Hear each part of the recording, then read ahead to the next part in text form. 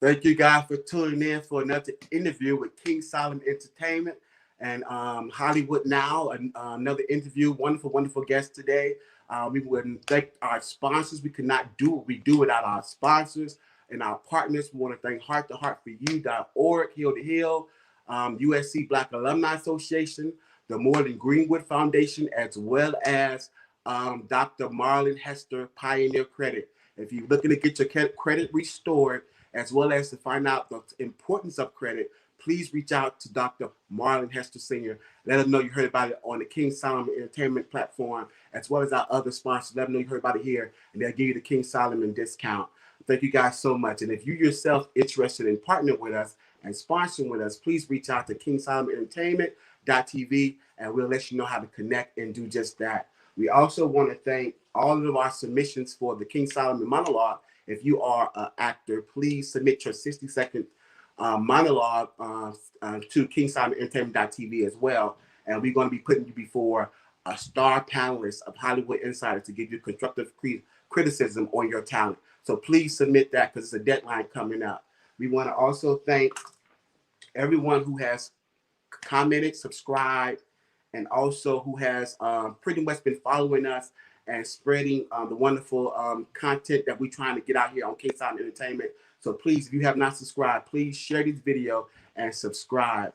We are on all platforms as Facebook, Instagram, Twitter, as well as YouTube. James Clayton Interviews, everywhere else, King Solomon Entertainment Company. And if you want to help us directly, we are in Cash App, Venmo, PayPal, and Zelle, King Solomon Entertainment. And we're going to get started with another Hollywood Now wonderful interview. We have producer, artist, songwriter, Kevin McCall. So we thank him so much for being here. You know his songs, every song from Deuces to Strip. One of my favorites, No, I Can't Curse, No BS, one of my absolute favorites, as well as so many others, even for Carrie Hilson as well. He wrote a song for, and we just want to thank him so much for doing this platform. Please introduce yourself, Mr. Kevin McCall. Go ahead, sir. How you doing, everybody? It's Kevin McCall, K-Mac, and from my work in the past. First of all, I just want to say it's a pleasure to be to fellowship amongst great people. And your platform is great. I'm a fan of it myself. So thank you. Thank you. I'm here. Thank you so much. So let's get into it. So how did it all start? Where did you know you wanted to do entertainment? You was an artist. Where did it all start for you? You got to take it all the way back to my grandmother. It all started with my grandmother. Funny because a lot of greats that I look up to, they were raised in a Jehovah's Witness home. My grandmother was a Jehovah's Witness. And I know Michael Jackson was raised like that. So I found that interesting because my family is very musical, very talented. And all my uncles and my aunts sing, you know. They ended up teaching one of my uncles in a group called Bloodstone. And I know you know Bloodstone. They sang a song, "Take to the sky, natural high, unto." Gotta pay for the do a little sample, but that was my blood uncle, and that's who raised them. I actually knew him before my father. Wow. I didn't know my father until I was like 6 years old. So my first male that was ever in my life, he taught me. Wow. And so you are a Los Angeles native in the Watts area, and I always ask the LA natives who grew up right here in Hollywood and how it influenced you differently. Like, what was that like? Was it always something even before your family was already in it, was in your blood? But what was it like as far as the culture growing up here in LA? Did you always because it's so accessible here, did you always get influenced by it from day one as long as you can remember? It's so many. That's a great question. One of the things I want to go back to my grandmother. I feel like people in LA, other artists and other people in entertainment, they have to take a plane to get to Hollywood, and we just have to take a train. So I think that's a blessing. You know what I'm saying? And I feel like my grandmother, if you take it back to her, she's from Utah. So for her to make the pilgrimage from Utah to Los Angeles, she already did half the battle for me. Because imagine me having to grow up in Utah and put up with CB, Right, right. you know, I know. or unrealistic. Yeah. So I feel like, just standing on the shoulders of giants, the people who came before me, my mom and my dad. My dad is from Compton, and my mother is who's from she hates when you say Watts, because it's not Watts, it's South Los Angeles. South Los Angeles. Used to live in the projects. So that's Yeah, why yeah. she likes skating. And I Yes. always, I grew up being a Tyrese fan. Watts. Yeah. Yeah. Yeah. My mom moved me from outside of that neighborhood to a better neighborhood. First it was Hawthorne, then I had to move back into the neighborhood where Tyrese was at. I love that because I grew up being able to watch him in talent shows and stuff. And then he was in Yeah. a Coca-Cola commercial. And this is a kid coming out of the Watts area. Yeah. I'm visiting there from Hawthorne and then sometimes Gardena in my later years. So I started watching as I got older, watch claim. But really, Okay. I'm not necessarily Watts. I have family members live in the Nixon projects right now. Family members live in Jordan Downs, which is, Yeah. know anything about LA, that's cousins Yeah. from Yeah. Yeah. Yeah. two gangs Watts that have the biggest beef. But that's also might be a design of God, because if I have family members in both of this, I see what he was trying to do. He was trying to bring peace amongst in a place that's got so much talent. It's a gumbo, a melting pot. People don't know Watts used to be a jazz capital. Yeah. Yeah. Yeah. So much culture. So much culture.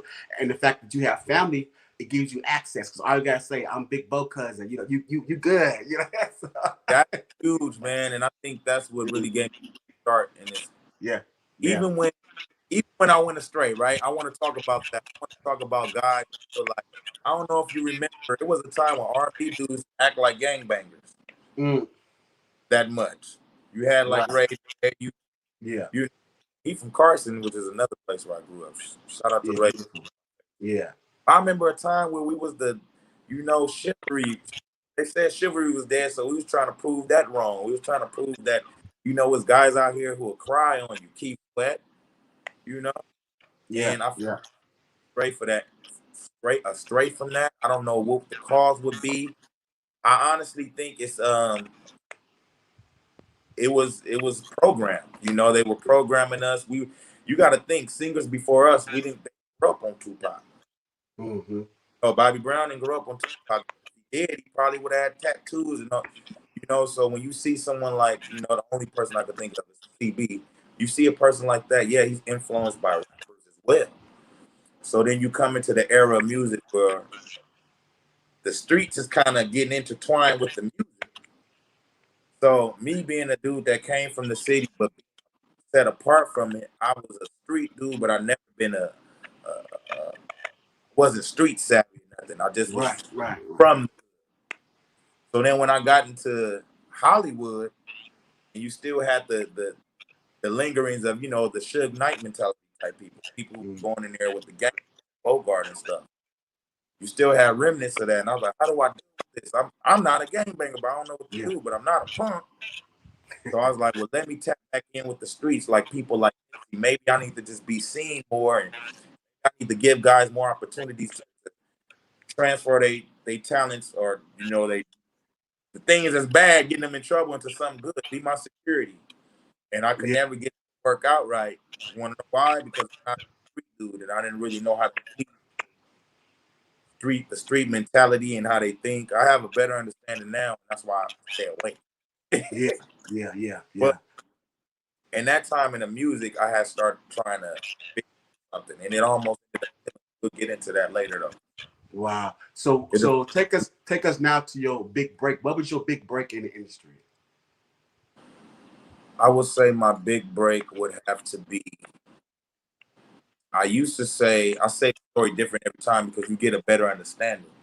I feel like my fraternity had a lot to do with my success, and my fraternity that I was a part of was Omega Psi Phi. Okay. And I say was because I have different. So I'm still with the brotherhood, but I'm not active because of my. Okay. But I Yeah. believe in brotherhood, and I don't believe that I should just you know, throw away all the relationships I built. But I actually Yeah. rock with all frat, all Okay. sororities. I rock with black. Talk wealthy to me. So I think when I did songs with my frat, I was traveling and stuff with that, and starting knowing the name. Still to this day, some people who join on my sci-fi, they that song that I learned that I put on YouTube, Mm. and like from those YouTube hits that people will start seeing. People wasn't even in frat. Right. One of my daughters, my oldest daughter, one of her favorite songs by me is called "Tell Me Why." It's a play we sing, and it just gets you through tough nights, tough times, Wow. and it's like a Negro spiritual, and that's what I like from my frat. I learned all that boldness. Like a lot of people thought I was a gangbanger, but they don't know what I was really tapping into was that Q dog. That you ain't gonna take nothing from me. You ain't gonna punking my woman. People would try to punking my child's mom and stuff, and that's when I started getting bad in the industry for fighting and stuff. But I was really tapping into being able to protect myself, being militant, like the Black Panthers and like my fraternity. I give a lot of big ups to Make Us High Five because the whole process they told me I could get through anything. I thought the hardest thing I ever went through was a rape case in college, my Mm. sophomore year. And if that wouldn't have went, you know, that wouldn't have turned out in my favor. I wouldn't have been able to pledge. I wouldn't have been able to play football or graduate. Praise God, me and her came to a conclusion and we worked it out. But I thought that was the worst. I Now, literally, now with college ball, did you have admiration to go pro? I did until after that incident. Ah, So after the rape incident happened, coaches wasn't playing for a while. gotcha. But praise God, I got a coach. And I'm gonna tell you something people don't know. You ain't gonna believe me. This is crazy. I did not understand the concept. I don't like sports, right? I like to play. I like just like kids like to go play on. I like that. I like to watch sports and keep up with scores, the Final Four. I don't care.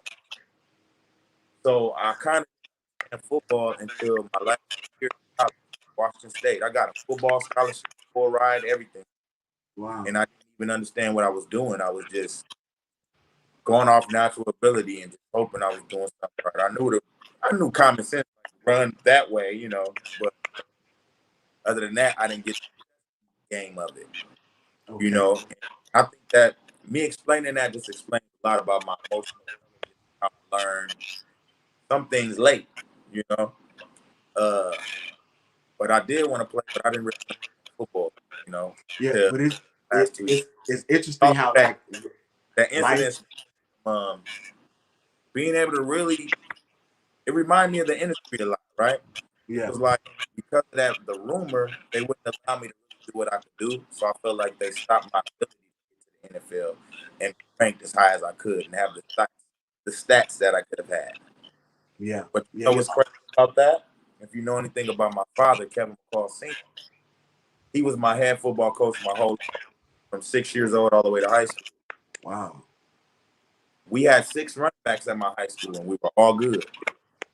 My dad purposely wouldn't start me in football games, no matter what coaches were in there, different colleges, USC, Oregon. Like, oh, if I don't get these stats, what's gonna happen? He will Yeah. purposely not play to the second half, Mm. so that people wouldn't say there's favoritism. Mm. And he also was teaching me how to deal with adversity. And instead of being the only guy out there, got a scholarship. Mm. So my dad taught me how to deal with the adversity. I don't know how, but I just thank Dad for teaching me that. It helped me get stuff because I would have wanted to just kill myself if I put all my eggs into football and then they took that. So when they took football from me, I said, music is going to work, and I'm going to make everybody regret, you know, the years that time period when they thought I did it, and then after everyone knew that you still wouldn't have let me do college to, you know, pursue. Yeah, So no, it's wonderful how you able to, especially in sportsmanship and the athletic arena, you able to transfer those skills to other areas of your life because it's all centered around discipline. And so, if you can really push through and persevere through that type of regimen and adversity, you can just transfer it into the other challenges of other industries. So I really think that was a great foundation to you going into the music industry and you being a multifaceted artist, you production, singing, songwriting, as well as producing. I mean, to even like, how do you even stay focused doing so many things and doing it well? You know what I'm saying? So that's a really testament of that type of perseverance, tenacity you learned as a kid. And so, how do you focus? Like, how do you transition from being a producer, being an artist, and being a songwriter? How is that transition works for you? I think the last time that I exhibited a great deal of focus was, my last project I put out. I believe it was Definition, something like that. And after I had Marley, I wasn't really focused, didn't really understand how to get ideas out of my head. And in the process, kind of like I have, vision boards and stuff all around. Oh wow, yeah, I had someone show me that if you write the vision and make it plain, it'll make it a lot easier. So this is something absolutely, that I'm implementing in my life, and it's probably the reason that this interview was able to happen. I wasn't in my own way, like my own blessing. I'm trying. So I wasn't organized at any point in my career. This is my first time ever being organized. I used to have a manager, and God, I love him. One of my dogs, God bless CJ, but he worked full time Rising. So in my whole career, we never really got to see the best of me. And yeah, I like that because it was learning. Because now I want to manage. yeah. I had No, to. no, that is like a universal message because I'm telling you, I learned that lesson myself because it's like I had to learn management skills as well. But guess what? I started with my own life, and so until I was able to manage my own life, then that's really where the foundation in that began because it really changed me. But I didn't get it at first until somebody told me, I think I met Derek Dudley, which is the cousin of JD. And so Def had a small label. He say, "Oh, I manage JD." I said, "Oh, JD, he's the manager. He don't need no manager. He always was hands on with his talent." I said, "He is the manager." He said, "No, no, but I manage his life. Like how I keep him on track. He got goals. He got personal aspirations. I keep him on track." And then it clicked. It registered for me. Like, wow, we all need time management. We all need Yeah. it. And so that really when I began to apply it and like that vision board and writing it down, I had the vision board and the to-do list. And I can remember when I moved one time and I unpacked the boxes and I found the old to-do list. And I was like, I accomplished everything that Cross was that. on that list. I'm telling you, it was whew. And that's a huge part of my healing. I'm in Yeah. counseling. I go to the Nest Counseling Center. It's a rabbi who counts, and this rabbi is street. Like, Yeah. I know we have all the stuff with Nick Cannon and the rabbi stuff going on, but my vision, he's showing me it's all kind of, Yeah. and this dude really helps me. I'm getting a lot of this understanding and clarity and just, the victim stuff that I used to have. I'm not having it no more. And Yeah. I have a lady in my life who actually taught me this vision board stuff. Yes. So copy off of her, and it helps you take the stuff out of your mind, Yeah. put it somewhere where it can make. That's where a lot of my anxiety was for the past 4 years. Oh, this more 6 past 6 years, King Solomon. So past 6 years, I've been just all over, and I'm So finally right. man, that's wonderful. We so excited for you, and I know it's going to be just continual success as you be organized and you begin to achieve one goal at a time. You're definitely going to get back, and that brings us to the next question as far as your new music. We hear you release a new song. Tell us about that journey. Tell us about how that came to happen. Like, what made you know it's time?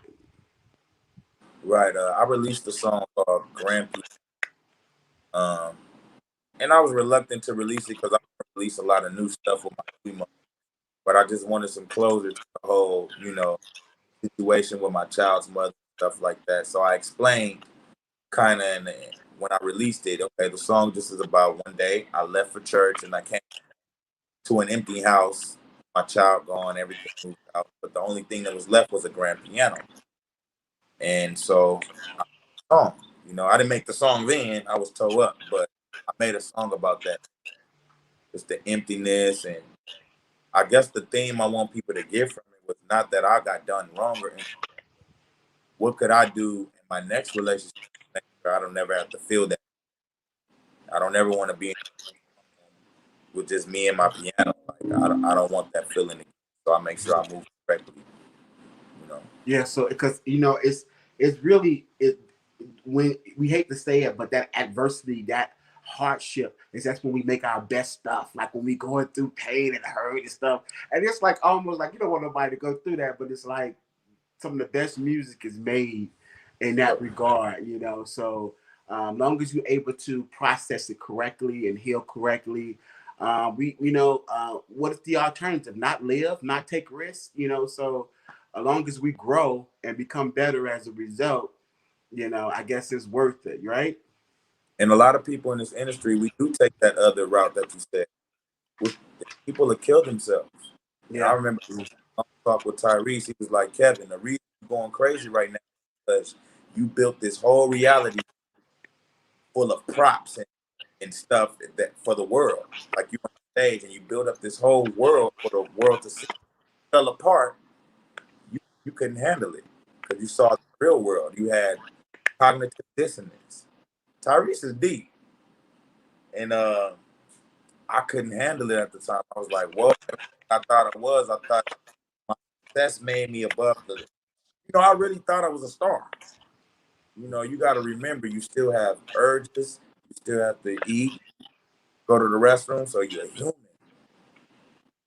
People get lose touch of that. They want to do what you said. Yeah. So let's talk about it, you know, because and see well, how much of a grip or how do you have on it? Let's talk about dealing with stardom. Like you have recognition, people know who you are. You still have to live your life. People think that because you are famous, you don't have a real life. You don't deal with real issues. Like, what is that transition like dealing with that? What has that been like dealing with the stardom? Like where you are now with it? You have a good process of it. Personally, because first I would like to give advice to upcoming artists. It's just that you're gonna listen to the negative. I mean, the good. You're gonna have to listen to. So they say you should listen to either. How you maintain, your sanity. I didn't, obviously, and when the world started thinking I was crazy, crushed my spirit for a long time. And I started realizing. I read books. I read a book called "The Way of the Superior Man." That the world, society, like the public, it's kind of like a woman. It's like being in a relationship with a woman. And the woman will always test you, and do things to make sure you really love her. And tests never stop. You always have to prove. And if it's ever one situation where you do the wrong thing, your woman is like, "See, you don't really love me," and I was just testing you. So I've done a lot of things to make the world kind of not trust me, but I'm showing them like it wasn't on purpose. One of the reasons was just not having an understanding of what I've done to get now that I'm being able to process more trust with the world, and it matters to me. If it didn't matter, if I said it didn't matter, I'll be lying. I want people to at least know, look, this is what I'm saying I'm doing, and this is what I'm showing, and then you could judge me accordingly. Because I Yeah. do want to represent something bigger than me. Yeah. Yeah. So yeah, well, as long Did as that you answer? know how to deal with the stardom and knowing the power behind it and how to use it and how to process the recognition and how just how to deal with it. It's a learning process. I don't think nobody knows how to deal with it right away. You know what I'm saying? Because some of your life belongs to you, and although you have to share it with the rest of the world, you have. I think it's the artist's prerogative to say, "Hey, this is a part of my life that I don't want to share," and you have that right. You know what I'm saying? So you have to relieve it to speculations, but at the end of the day, either you okay with the speculations or you want to clear them up. But nevertheless, it's your story, your life, your narrative. You need to always control that. And I think that it's important that it's the artist or the famous person a prerogative to share what they're wanting to share. And so how much we pry or what have you, it's their right to do just that, whether we agree with it or not. So I just continue to encourage you on your journey of dealing with that. You know what I'm saying? Because I don't think nobody really ever gets a handle on it. But it's great that you're honest about it and the challenges you have with it. But I'm sure you'll figure it out. You work with a lot of great people. What was it like working with some of the greatest people you work, Karios and Chris? Like, what was that like creating that magic, or what we call a hit song, or just songs that we love, the soundtracks to our lives? Like, what was it like in that creative process working with great people and yourself, of course, adding to that greatness? It's so unrealistic. It seems like, and it just shows you that hard work really pays off. It was those nights where you just really believed in yourself, and you didn't know why people doubted you, and you have that moment where you're sitting in the studio, and Tyrese, you're doing a song with Tyrese, or you're sitting and dreaming, giving you advice about how to sell more songs. You're doing a song for Rihanna. Yeah. You have to take time and really sit back and go through the bars, sit with the bars. You have to sit back and see what you was really learning in the moments. Like I had a lot of moments I forgot about with Nick Custer. And when I got the chance to sit back after his passing, I remember when he called me into the office and he said, "Look, hey man, a lot of dudes in these rooms I be in, they want to see you fail and they want to laugh at it. But I don't think it's funny and I don't want to see you fail. They know you're going to succeed with or without them, but they rather just see you going to figure it out. I want to see you figure it out." And that's something I took with me. He's like, don't give them stuff to laugh at you about. Don't give them stuff to write more rumors about. Don't give them that. So Yeah. shout out to Nipsey. Yeah. Oh man, that's awesome. Like that people don't understand how much culture we have here in LA. Like Nip, and I like the fact that Nip was so accessible. Like he stayed, right there. He was accessible. He was in the shop or whatever. That type of greatness is around where it really helped give an impartation to change people's lives. And so, who was someone else that really gave you great advice in the industry besides Nipsey? Who gave you some good advice you still hold on to? Who else gave me some great? Brandy told me my life ends. Brandy came and talked to me in a point in my life I was losing it. I wasn't into the mental health. I didn't want to hear that. I think she even tried to say, "Kevin, I think you have a personality." Conversation over, because I don't. Yeah. But just her ability to see that people were laughing at me because I'm sitting out in downtown, I'm singing to the homeless, I'm doing stuff like that, and there's people making negative comments about it. And for some reason, she was able to relate to that. You're trying to be a good spirit, and people have mean, nasty stuff to say about it. She's just like, "I see your spirit. I want to pour." And I Wow. thanked her for that because she was always somebody I really looked up. No, Even she's as a kid, amazing. No. I remember being 10 years old, not liking how I looked because all the white people would talk about me about being dark and having big lips. They called me Bubba Gump from Mm-hmm. Forrest Gump was a popular movie at the time. Mm. So I hated being black. I hated my lips, my eyes, hated everything about me. And I just remember watching her video. And she had dark skinned dudes in the video, and I used to pretend like she was saying she was saying best friend and all that. It was really a moment for me. Yeah. Always be your best friend. So then when she's reaching out in times where I want to kill myself Mm. because society lied on me and said I'm beating a woman I never beat Mm. and justifying me not seeing my kid because they believe I'm a woman beater. She came in that time. And Mm. I was able to heal. That was 20, I want to say 2017. Yeah. Something. No, she's an amazing artist. I met her. I interviewed her.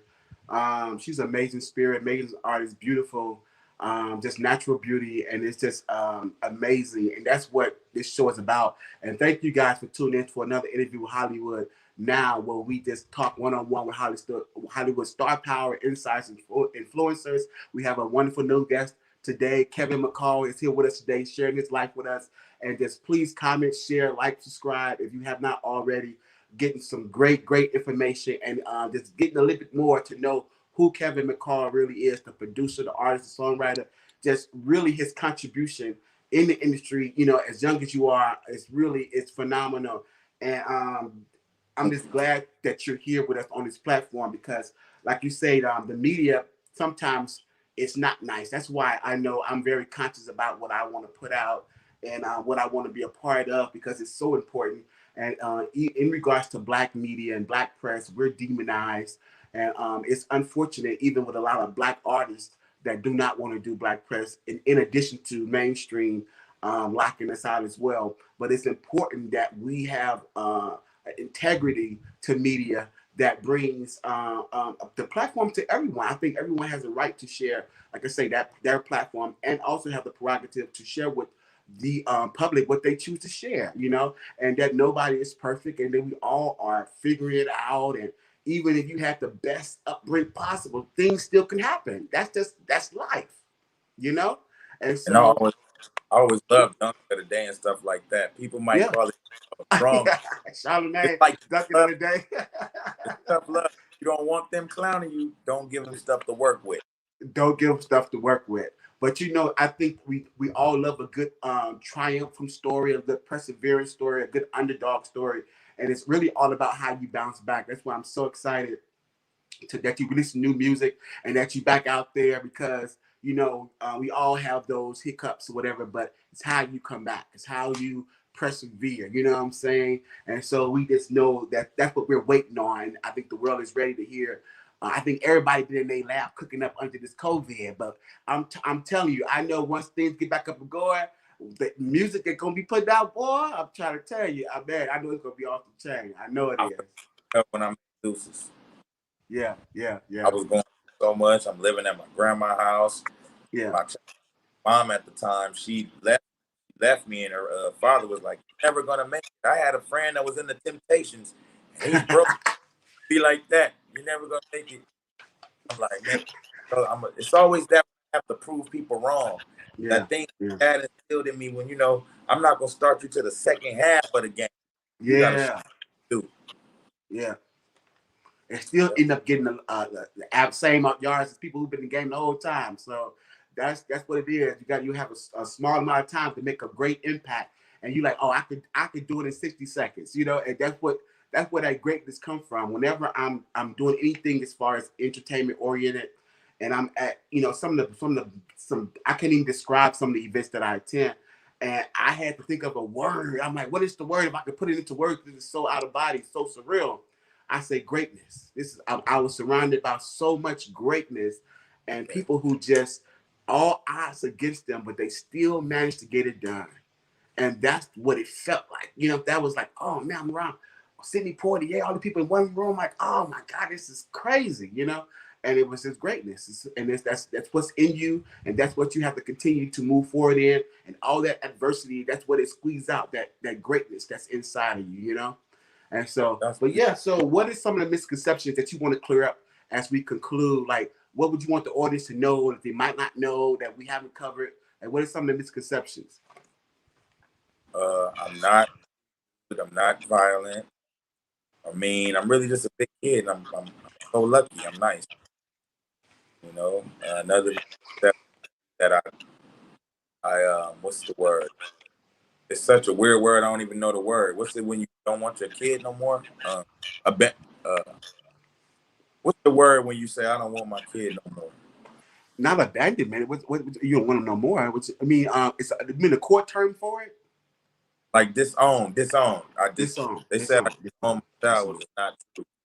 And to clarify, because some people have to even bring up the picture, this picture of me going on a little rant, a little stream of consciousness, as I call it.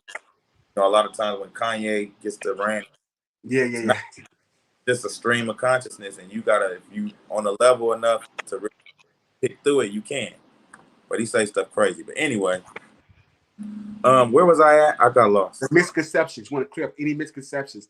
You mentioned one about yeah. Just that I own my daughter because what I was saying in the text, Wendy Williams. She said, "You can have her. I don't want to deal with her." Yada yada yada. A lot of people, men and women, do this. Men and women.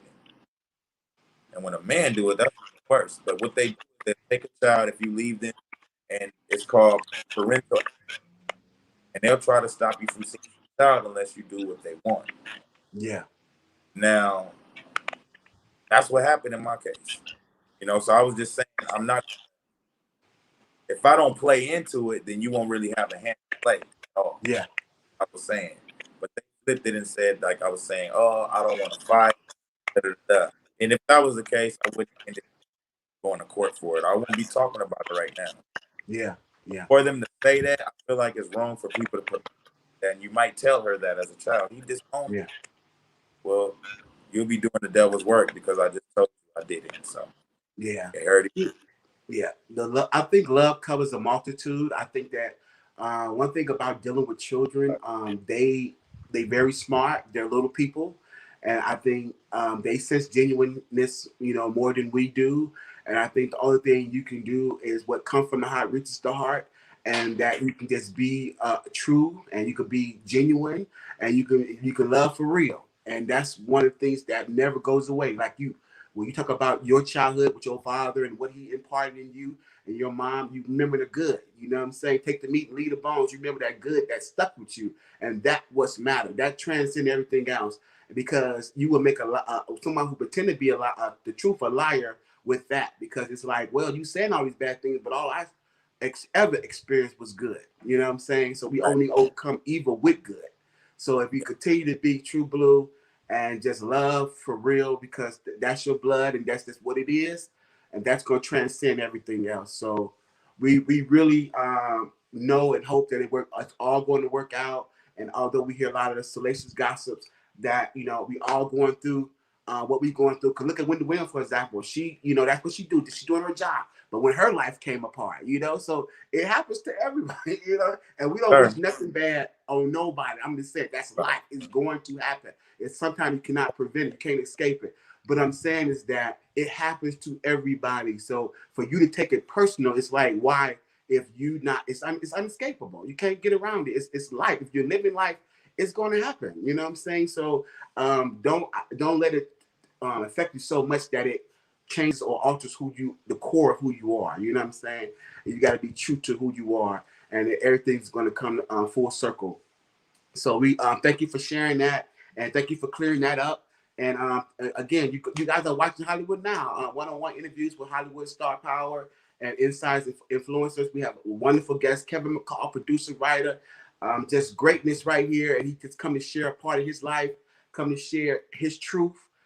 He controlled the narrative. He told you what it was.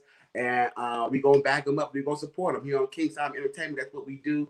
And anything else in closing, as we close, we thank you so much for doing this platform. If you have not subscribed, share, comment, please do that at this time. Share this video as we continue to bring you more great interviews with wonderful, great star power. Kevin, please end it, whatever you want to say, and give them your social media, how they can help. And please. It was just an honor. Thank you. Interview, a huge weight off my shoulders because I've always, the communication is what's most important for me. Not only being an artist, but being an influencer. If you call me that, I have to accept that. So that y'all care what I have to say, what I do. I thank y'all because y'all give me purpose. That's and it. Purpose here to be a servant, a king. And so I got some. Another misconception people have is that my mother get along, and my mother are best friends. Mm. We went on Ayana Fix My Life.